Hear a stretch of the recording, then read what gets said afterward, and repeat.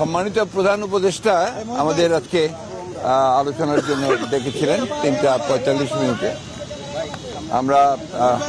আমি খসরু সাহেব, সালাউদ্দিন সাহেব আমরা এসেছিলাম।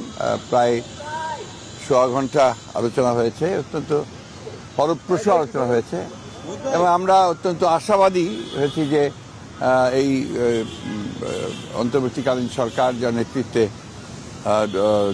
প্রফেসর ইউনূস রয়েছেন, তারা তাদের আন্তরিকতা, দেশপ্রেম, যোগ্যতা দিয়ে খুব দ্রুত তারা একটা স্টেবল অবস্থায় নিয়ে আসতে পারবেন এবং একই সঙ্গে তারা একটা নির্বাচনের দিকেও যেতে পারবেন এবং প্রয়োজনীয় সংস্কারসমূহ তারা পূরণ করবেন বলে আমরা বিশ্বাস করি।